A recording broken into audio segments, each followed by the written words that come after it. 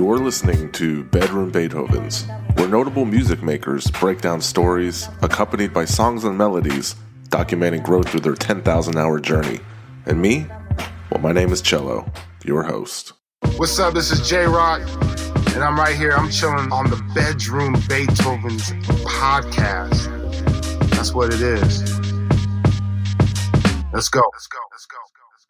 Welcome, people of Earth, to episode 172 of the podcast. As I combine all the juice from the mind, heal up, wheel up, bring it back on the mind. As I combine My guest this week is... Yeah, what's up? It's Ghettosocks, and some collaborations with cats like Elder Sensei, Sadat X, Pharaoh Munch, Homeboy Sandman, tons of cats. Named DK, beat maker, producer.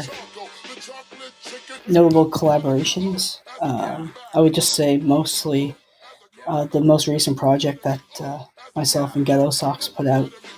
Yeah. As soon as the beat drop, you know that it's on. Damn it, the cool con commander, commandeering a Nord planet where baby sock basic but behave like they combatants. A pomegranate the size of titties on Janet.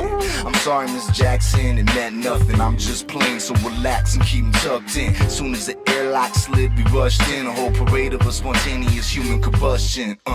Ooh, it's awesome. There's nothing you could do to harm them, dude. You looked alarmed when Nas alluded that they're shooting on them. To be honest, you can Google up the pseudo artist and be amused when I come and view, dressed like Tutankhamun. Hold it down, I'm not holier than now, holy cow. Only homies that know me solely show me the 40 cal. Lick a shot through your vehicular, forget the cops. I'm up in chicken chops, spending guap till it hits the spot. Soulful vibes and melodic strings, the focus on Canada's own, where we open a can of worms and talk about everything from old hangout spots, newspapers, and Celine Dion. And I beg the question, what would the banging yet smooth beats of DJ Premier, Pete Rock, and the sonic architects of 90s boom-bap sound like today? Well, Nova Scotian-based producer DK has answered that question with his warm analog meets digital hybrids of wistful yet modern boom-bap. Ghettosocks, a legend in his own right, also swings by, and together they release Listen to the Masters. Each track exudes a warm, vintage vibe that's instantly chilled by ultra-cool flows. The community I'm building over on my Patreon is a good bunch. How it works is I release shows early over there. They get the shows ad-free, and in return they give me a couple bucks. So they show some love, and I show some love back. It's a give-and-take relationship, and it keeps this content creator motivated. I mean, who said money isn't a motivator? It works for me. Head on over to patreon.com/bedroombeethovens if you would like to participate. If not, that's fine. These are troubled times. It's hard times. I get it. If you like what you hear, just sharing it with one other person is the equivalent of moving mountains in my book. Also, shout out to the homie A1 who has a new tape out called Infinite Wisdom with producer Soul Dope 95. I'm a big fan of Don't Sleep Records, and if you haven't checked out the Anti-Lily episode, this is just the next project on deck. But without further ado, DK and Ghettosocks. Welcome to Hip Hop's Masterclass for 2022 and beyond. Unsteady is the head, but the crown shines through the dark. Night tech, way my voice jarred. Writing these rhymes, I find my W9s and get a blowjob. The chocolate chicken. Oh my gosh, Chuckity choco, the chocolate chicken. Pardon me, as I come back. Well, I didn't mean to open the interview this way, but guys, tell me about this Hurricane Fiona. Like, how did it affect you guys? Were you prepared for it? I think you were like performing like a day before it hit. Well, yeah, exactly. The Thursday, me and some of the cats from Sipset were doing a show, a wine mixer actually. So we were doing like a big mishmash set and also just drinking tons of wine between, songs. So it was a pretty messy night to begin with, and then it just got progressively worse. The next day was a crazy hurricane, or actually a tropical storm, rather, I guess, by the time it got to us. So, but yeah, that's pretty much it. And I was without power for a few days. DK, how long were you out? Only a couple days. I didn't go to the wine mixer or whatever because I was so busy securing our property. Because it's still fairly early to be putting away all the outdoor stuff, So Yeah, that's where I was with that. Like just scrambling to like secure our greenhouse and like all our outside stuff. Well, it's funny because I told my wife like, oh, I have to cancel this interview I was going to have, and she was like, a hurricane in Canada? Canada doesn't get hurricanes, and I was like, and then I showed her, and she was like, oh, okay, I guess Canada does get hurricanes. Yeah, no, we've had a few over the years. Notably, Hurricane Juan was the last real big one, I think. Or what was the other one? Hurricane Dorian. Dorian. Yeah, Dorian was the last one that was kind of we had. And but yeah, Hurricane Juan was the last real big one, and it like ripped half of the trees down, and the city was out of power for a couple of weeks, and I don't know, it was crazy. There was another. Died. Yeah, people died. I mean, some people died, out in Newfoundland, I think. Yeah. For Fiona, but because of Fiona, rather. But yeah. Yeah, the hurricane in Florida was trying to steal all the headlines. Yeah, no, yeah, that was a big one. But I mean, yeah, we get some up here. Halifax gets some, Nova Scotia and Newfoundland. We get stuff that it all spins up from down south, right? Most of the time, by the time it gets up here, it all chills out. But yeah, not this time. But fortunately, it wasn't too insane. I mean, there was still loss of life or whatever. But it is what it is. It could have been worse, I guess. There will be worse. There will be more and crazier ones, but not this time. Well, yeah, I'm glad we could connect because there's an observation I made. Like, you guys are like real artists, like real people artists. Like, you respond to every single comment on the YouTube videos. You don't just post and ignore. Like, you engage, you hustle, you listen. Yeah, no, like DK's really good about that. He's always watching and looking and listening for he wants people's feedback and listening. And he's really taken the reins with this project, which is cool. And, he's really quarterbacked a lot of the promotion and, dealing with hooking up the interviews and whatnot and hitting people back when they reach out and whatnot. So it's nice to work with somebody, who's on the ball like that. Cause yeah, we're similar in that sense. We are just sort of down to earth cats that, we're down to talk to the DJs and, check the shows and whatnot and talk shop, so to speak. So. Yeah, exactly. There's like not too many people around, that like cover traditional hip hop as that there used to be. So, we really just are mindful of that and just try to connect with who we can connect with and just thank people for listening. Well, I'm honored to be one of that on that short list, man. So, DK, let's get into your mind a little bit. Whenever you dig and you find something you like, you've said that you always ask yourself how they achieved a particular sound, which then leads you to go down a rabbit hole. And then you research session players and instruments. So I guess in terms of record digging, I kind of look for session musicians and generally time frames and labels and that type of thing. Sometimes I'll just like the cover and I'll just get it based upon that. Another thing that I've mostly been into is just like researching gear used, like in certain things that were sampled. That way, I can just either get a plugin or see if there's a plugin or a software version of that particular instrument, and just to achieve that sound, because it's way easier to actually achieve a particular sound if you're using the same equipment instead of, just trying to use something else and having to tweak about 50 different things to try to get something close. So I just try to be mindful of like what kind of instruments are used and mixing gear and that type of thing, so that I can kind of bring it into my world and use it as I see fit. I like that. And, I thought that this was more like a producer artist type project. Ghettosocks, I didn't even know that you really made beats until I stumbled across Valkyrie by Nilla. So the decision to let DK produce the project, like this partnership, you kind of let the reins go a little bit. Yeah, I mean, he reached out, DK reached out, and we did a couple of joints together, and it really happened organically. Like you said, I'm able to make beats and I do my own production, but I also know tons of producers, like shout outs to Uncle Fester, Fresh Kills, what I mean? Bix, aka Jay, I don't even know what he goes by now. Shout outs to Bix. I just know like tons of producers out there. I think Boom Baptist. He's out there, and you're in Austin, isn't he still out there? Yeah, we talked last year a little bit. He helped me get the Calvin Valentine interview. Yeah, no, that's the big homie. Like, I haven't talked to him in a hot minute, but like, you know what I mean? Like, I know tons of producers, right? And I've worked with lots of cats, and yeah, so like I'm capable of doing it myself. But yeah, DK hit me up and was like, let's work. And we started working, did a couple tracks here and there. He was getting sort of his feet wet in the Halifax scene, music scene and whatnot. And, I pulled him in and introduced him to some of the cats that are doing things out here, making some noise. And yeah, just the next thing you know, we've got like 10 tracks ready to rock, you know what I mean?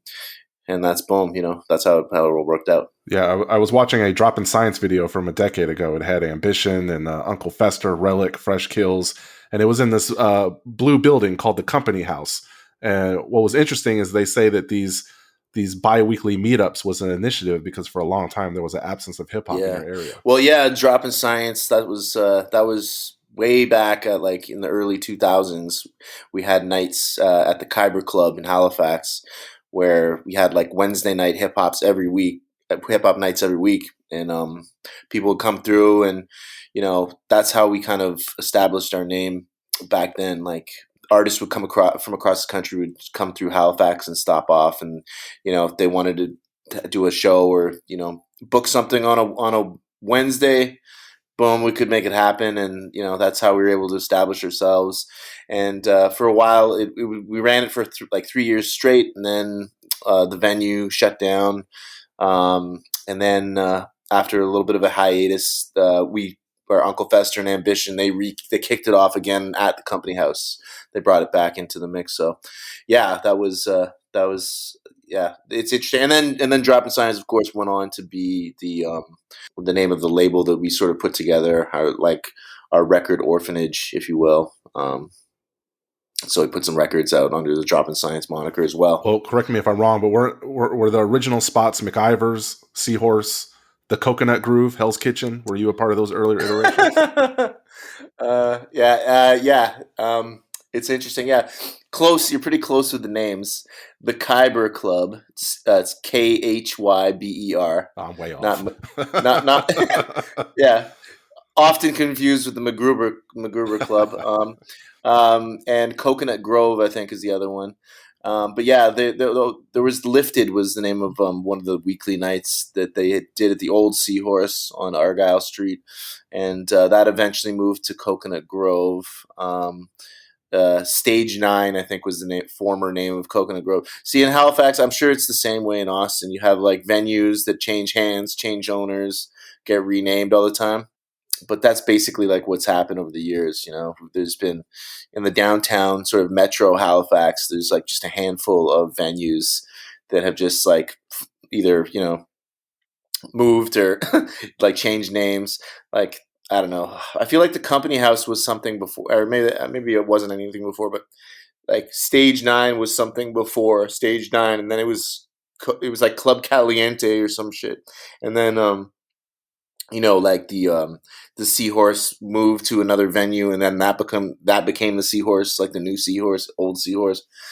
So yeah, no, I've been like my duration of time in the Halifax scene up until now has been like early 2000s is when I kind of came into the mix. But yeah, like Halifax does have a long, rich history of really dope hip hop that predates. Yeah, but not even venues change the name. Even the libraries, the Spring Garden Public Library it's Halifax Central Library, so that's gone. So the public rap distribution it's in the same venue, but it's a different name. Yeah, that's right. Yeah, PRD. That was right across the street from the new Central Library was the Spring Garden Library, and that's where we used to have the weekly ciphers every Friday afternoon, like 4 p.m. till the batteries died in the radio, you know what I'm saying, the tape deck. And we'd have those ciphers, and that was a big sort of like breaking bread thing for local artists, MCs, to get to know each other and just like sort of cut their teeth rapping like in front of people constantly, and sharpening the sword, so to speak, freestylistically, if you will. So the Alpha Flight crew, Uncle Fester, Fresh Kills, all those, they kind of make up that the Maple Mothership. That was the outlet that kind of shaped the underground sound as well. It's fun. It's funny. Like Alpha Flight was actually me and my dude Aziz, who passed in 2004. Bix, who's now, or he goes by Int J. I'm not sure. You might be able to find him on Spotify as Int J INTJAY. He does like more. He does more like chill, study hip hop, lo-fi beats, like 404 stuff, and yeah, and like a couple other DJs, Jab of the Cut, DJ Beef, that was Y Rush. They were all Alpha Flight. Fresh Kills and Fester, they're Backburner crew, and I was inducted into Backburner later, but we did sort of like all know each other from that time, that era. It's funny, you threw all these names together, like you're so close to getting them all just right. But I mean, like, I'm a ghetto Nardwar. Like I get 60% of the way there. Yeah. Yeah. I think about my life like I'm watching from a bird's eye view, and stay precise as a hawk in the words I choose. It pays to have patience if you want to pay the bills, and you're gonna be waiting for a while till it's real. But I fly, we fly, and they fly. I looked up and saw my reflection in the sky. I fly, we fly, and they fly. I looked up and saw my reflection in the sky. I fly, we fly, and they fly. I looked up and saw my reflection in the sky. I fly, we fly, and they fly. I looked up and saw my reflection. I can't blame you, because most people that are like really in there, they don't even know all these names. Like, Jesus, Ambition and Timbuktu and Uncle Fester are my giants. Me and Timbuktu are Teen Burger. Me, Timbuktu, Moonshine, Decisive, and Bix are wolves. You know what I mean? Like, there's so many different configurations and mix-ups and crews. Backburner's got 600 people in it. I don't even know. Alpha Flight is another big crew that just we did one record and then just didn't really do much beyond that. A couple solos under the same sort of umbrella. But you know what I mean? Like, crews come together and then they move on, and that's how it goes sometimes. Well, how much and DK, I don't know if you can talk to this, but how much does getting your name in the Coast help boost your career? Well, I was told that didn't mean as much, or doesn't mean as much today as it used to. But of course, it's definitely not a bad thing to get mentioned, and I'm happy that they shouted us out and did a little piece on Reflections, which is cool because apparently they had taken a hiatus from music. And then they picked that track up and then basically restarted their weekly or monthly track of the day column or track of the week column, which was pretty cool. Yeah, because Ghettosocks is naming off like all these people, like it's a rich history. And I noticed, like, when I'm reading the Coast, like when they give out those awards, if it's not you guys, it was Quake Matthews. If it's not Quake Matthews, it's LED. If it's not LED, it's Classified. And it was just a revolving door of the same people for the last decade. And I was like, either the pool of talent is small or you guys are just the top tier. Like, it doesn't get any better than that. Well, it's kind of weird because the Coast is just like that. The best of the Coast thing, it's a vote, a reader's poll, right? So you're gonna get sort of like, it's not like, I don't know how accurate of a barometer it is really for who's really popping on and popping. Like there was a stint where I think I was voted the best MC like 5 years consecutively. And that, but I don't know if that it's not accurate. Shouts to Quake and Class and all them, but I think it's just like, it's just telling because there's more talent than just all the names that you mentioned.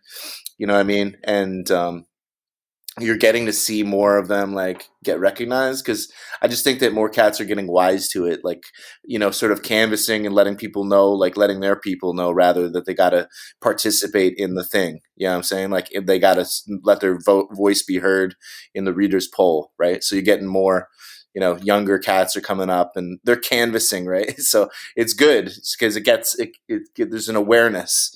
But for a time, definitely it was sort of slanted.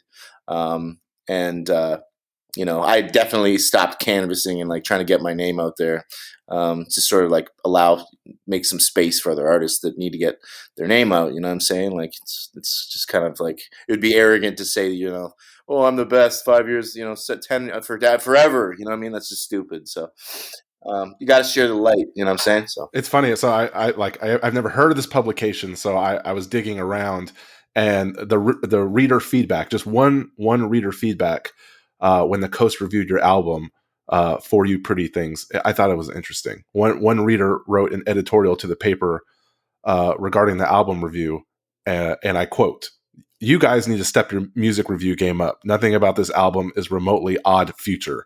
There's absolutely nothing accurate or informative the reader could gain from this blurb. In fact, it would probably be more apt to turn a new listener away from what is, in my opinion, one of the best local hip-hop efforts in years by one of the most dedicated MCs Halifax has to offer. Shit sounds like it was reviewed by the head of the student council in high school." That's funny. What's weird is like I don't know. I never heard that or read that before. I don't have a recollection of that, hearing that. But it sounds a whole lot like Uncle Fester wrote that. If I didn't know, I would guess. I don't know. It didn't say his name. It was probably anonymous. Yeah, it was right? anonymous. Yeah. Yeah. So Maybe it was anonymous who wrote it. yeah. There is just a little context. There's an artist. Shout outs to Anonymous. He's an artist named Anonymous out here. But I don't know. The coast is the coast. It's 2022. What year is it? I don't know. It's 2022, and media and is evolving quite rapidly. There's less magazines, online presence changing. I think there's a de-emphasis on stuff like the coast now. Like you can smaller sort of like podcasts and publications and whatnot online can compete with something that used to be like a free newspaper. You know what I'm saying? Like it's I think there's a decentralization of the way that information is shared, and who's the tastemaker, right? You know what I'm saying? Like your podcast or like a radio show online or whatever can reach people and can speak that language and like do the in-depth, ask the questions that are in-depth and interesting, rather than sort of according to that previous like that feedback that you just read. It seems like it can be tone deaf at times, right? When you're trying to like be the paper that covers everything, you know what I'm saying? It's like you're not going to please what's that old Russian saying? It's like, if you're everybody's friend, you're nobody's friend type thing. You can't please everyone type thing. Well, Justo the MC said he credits you, DK, for putting him on the Canadian music producers. And then, like Ghettosocks just said, it's 2022. Why do you feel like these things still have to happen? Like, do Canadian musicians tend to stay in Canada? Do they not branch out to the US more? Because whatever the answer is, I do feel like cross-pollination isn't as common as it should be. Yeah, I mean, again, it's 2022. I don't really think it's necessary to be like in a particular city as much as it probably was, say, in the 90s. But like, that's no excuse to like not to travel and meet other people and collaborate.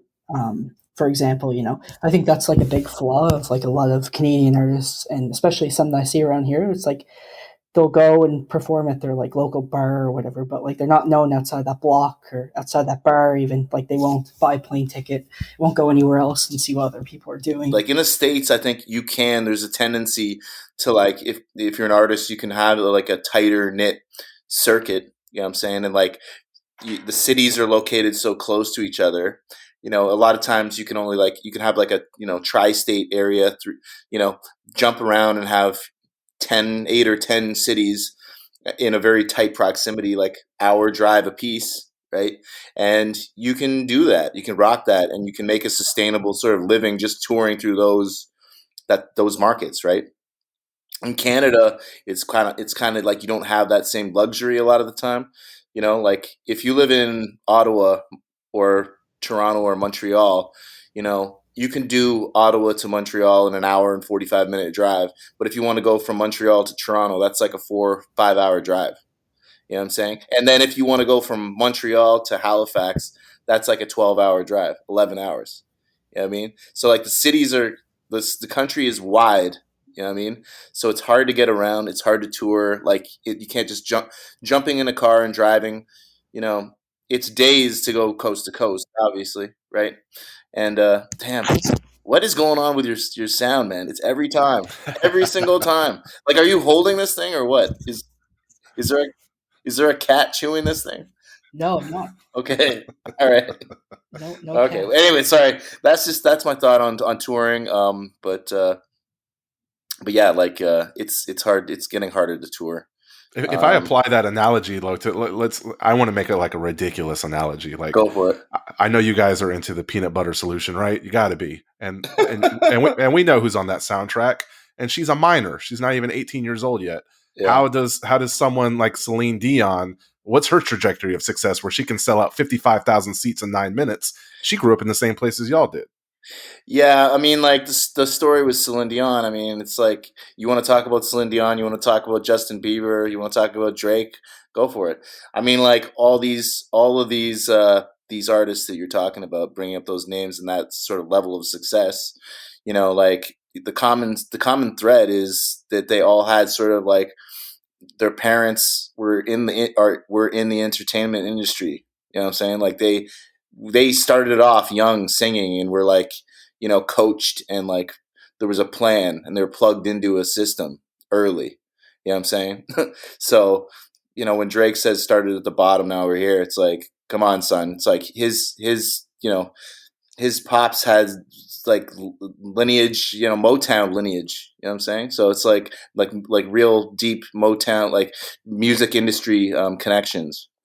And I'd hardly say started at the bottom, but same thing with Celine Dion. Like she was young as hell, Justin Bieber young as hell, and had a manager. You know, before you could, you know, before it could even like drive, probably. You know, so yeah, so that's one thing.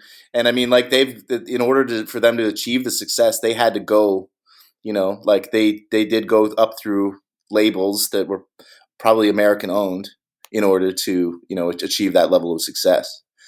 You know, so it is those are kind of like fairy tale stories. Also, it's like I'm not trying to go there really. I'm not trying to like my end game is not playing Vegas, you know, 3 times a week or whatever for, you know, whatever. So like when you open up for Nas, you're not thinking, oh yeah, after this concert, here comes the bag. No, not exactly. No, it's like just being able to do it is kind of the reward, and that's what I've been saying for years and years now.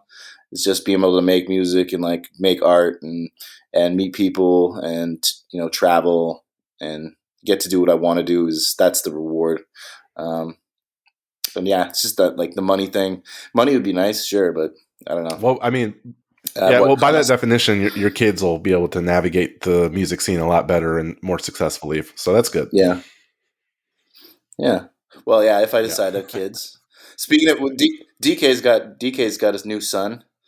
So we talk about you know, when Ollie's going to be able to spit. Yeah, congrats, man. Thanks. Yeah, hopefully he never becomes a rapper. What are you talking about? Not every rapper, but you know, a lot of them are very unreliable. Unfortunately, obviously, not everybody, but yeah. Well, yeah, you're gonna ask me to babysit. Exactly. You can teach him a few bars. Yeah. I'll battle him. I'll bring him to the Celine Dion school of success. Oh my god. Yeah. Then let's not go there because there's a few things going on in that situation that are just like so strange. Just starting with Buddy, the manager, who was married to somebody at the time who was like had a kid also that was the same age as Celine Dion, anyways. And he was and also wasn't he like in a band in Quebec or something that was like a French version of the Beatles? Like I don't know, but to your point, my point around that was that there's definitely a background of music there to propel her, but that's all I wanted to go with that. Yeah, that's the other thing. Yeah, I don't know if it's common knowledge to you guys down there, but you know about Celine Dion's ex-husband or whatever. What we heard about is she's making a will now, and then I think she found out her twins weren't hers, like her husband fathered them that like had an affair, and now she doesn't want to give equal money to those kids. In America, we're very tabloidy, very gossipy. Well, I never heard of that. No. I never heard. Yeah, I never heard of that. But like her manager, eventually went on to be her husband, and like when she was a teenager, like what you're talking about, he was her manager. Yeah, I mean, like, and he was I think the age difference was like something like 30 years. Yeah, and he was married And at the time, and he had a daughter who was basically Celine Dion's age. So it just seems like unsavory. I don't know. I don't know, man. It's like, what are you doing? You're watching this woman grow up, this girl grow up into a woman, and then marrying her, and like, it's just really weird and unsavory. I don't know. Yeah. And, anyways, we don't have to get into all that. Like, we don't have to get into R. Kelly or anything like that. But fuck. Oh, you're telling me being on the soundtrack to a children's fantasy film in the '80s wasn't big business? Well, yeah, I mean, you're probably the only American I've ever heard say the words peanut butter solution in my life. So.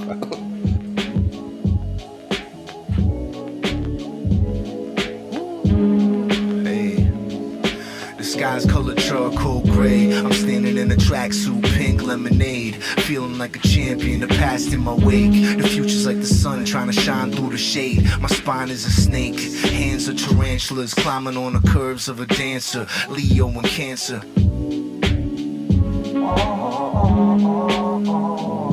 But rappers aren't the only one that are unreliable, DK. There might be some drama with the producer side. DJ Skiz was my last episode. Coincidentally, 40 Days, 40 Nights sounds just like Out the Treats. How does that happen? Oh, wow. Yeah, I don't know how that happens. That was weird. I'm doing a record with Lukey Cage, who knows, and Uncle Fester. And I think Lukey Cage knows Crime Apple. Anyways, we're trying to get him on a joint for the thing, and it wasn't working out. Just wasn't lining up with our values or whatever. So, yeah, and then the next thing you know, boom. It's like, okay, that sounds awful familiar. But, coincidences happen. What can you say? Well, the beat was made by Bombay, which you guys made I Can Make Your Dog Famous, right? Yeah, Joe Run Bombay. He produced that joint back in when I was working on it in 2008. Maybe 2007 is when I had it. So the record came out in 2009. So I don't know. They're a few years late, if at least that's it, But I'm not trying to speculate or say anybody's biting, but it's like kind of similar, as you pointed out. Didn't that happen with him a few times with Joe Run? Like, weren't there tapes found of him like flipping samples in the 90s and stuff before the internet, and then like years later, bigger producers have flipped the same sample? Yeah, I don't know about that. I'm not sure if that's the case. I know for a fact that like part of the reason that Joe Run became friends with Jazzy Jeff was that I think he had shared some Joe Run edits with Scratch Bastard, and Scratch Bastard had like shared them with Jazzy, and then what's that DJ's name? DJ Mick something. Mick Boogie? Yeah, I think so. Mick Boogie. He put a mixtape out, and then one of those edits appeared on the mix, but Joe Run didn't get credit. So then Joe Run went wild online. He was just dissing those guys, dissing Jazzy, and Jazzy didn't really realize. I don't know what had happened, and so then Joe Run got a phone call from Jazzy Jeff, like apologizing essentially, and then they became friends, which is pretty cool, But that's the only sort of story that I'd heard, that sort of lines up with what you're saying there. I think somebody's opening up a candy bar. How'd you know? So talk to me about co-producing with Mocha Only, DK, because that guy, like, he was on this podcast. The Potato Head people actually set that up for me. And he's an OG, and you're fairly young. And I think it's a unique situation when someone your age, and Mocha, he's almost 50 years old. He's been producing longer than, who knows? But, how does that work? Walk me through that process. Are there stages of intimidation? Is there a clash of ideas, being like old school and new? Walk me through that. Not really, but I will say that I think when I was in junior high, I heard solo members for the first time with Mocha. So I guess that was kind of cool. Eventually, work with him all those years later. So I just started out by saying that. But otherwise, no, it was kind of cool because I had this idea for a track and wanted Mocha involved in some way, shape, or form. Because I like the track that you did, Socks. I can't remember the name of it now, but Jeff Speck is on there and Moonshine too, maybe? The Mustard Station. Yeah, that one, the Mustard Station, yeah. So, yeah, I like Mocha. Wanted them involved at some point, so I found a sample, essentially chopped, and sent it to him and said, hey, this is what my idea is for this track. Want you on it. Will you help me produce this beat, or will you, do this with me? And he said, yeah, sure. So chopped the sample, and he added his drums, bass, and, signature Mocha flair. Sent it back, added another few things. Then you put down your verse, Socks, I believe. Then after, at that point, I think we're just trying to figure out who else would sound good on the record. So we reached out to OC, and then the rest is history. So on this new album, listening to those that came before, if I go off that vein, there are bona fide legends on the album. But I know, just like anyone, if you got a few names on the album, you didn't shoot 10 for 10 on the free throw line. There had to been other names you wanted on there that never came to fruition. Do you have any cool stories about interacting with artists that maybe didn't come to light? Yeah, Large Professor was supposed to be on the Masters. We had talked a little bit, shouts to Large Pro, but it didn't, it just didn't end up getting finished for whatever reason. We also were going to do some remixes of the record. And I think we got Edo G on a remix of one of the joints. And I'm still waiting on a verse from Juju from the Beatnuts. But yeah, we've done stuff with Juju before, so he's cool. It was nice to DK got the Edo G hookup. But yes, the Large Pro one was the one that sort of slid through the cracks. Because you were talking to him for a while, weren't you? Yeah, I was. I was chatting with him, and I was in this beat battle online during COVID when everything was shut down and that he judged. So I was just chatting with him after. And he just gave me his email or whatever. We just started chatting for a bit, but it just never happened, unfortunately. Well, let's talk about the new album. We've covered a lot, guys. It's been out for a few months. So for those that are not hip to it, I'll give you guys the floor. So yeah, listen to the Masters. We released that on May 20th through Fat Beats and Black Buffalo Records. Tons of cool features on there. What else do you want to know? I guess that's it. Let the music speak for itself. Maybe we'll get a remix version with Large Pro. Who knows? But it's been a pleasure. I know that we've had some calendar juggling to make this happen, but I'm glad that you guys reached out. Not even a natural disaster could stop us, so I'm glad we could get this done. Yeah, man. Appreciate you taking the time to ask some pretty good questions, and take some words and throw them into your AI blender there and spit them back. It's great. It's been nice. And yeah, hopefully get back to Austin sometime. Yeah, we would love that, man. Absolutely. Yeah. Venues are starting to open up. The world's starting to open back up, so that'd be great. Yeah, we'll go to we'll be the Whataburger after hours, getting hammered.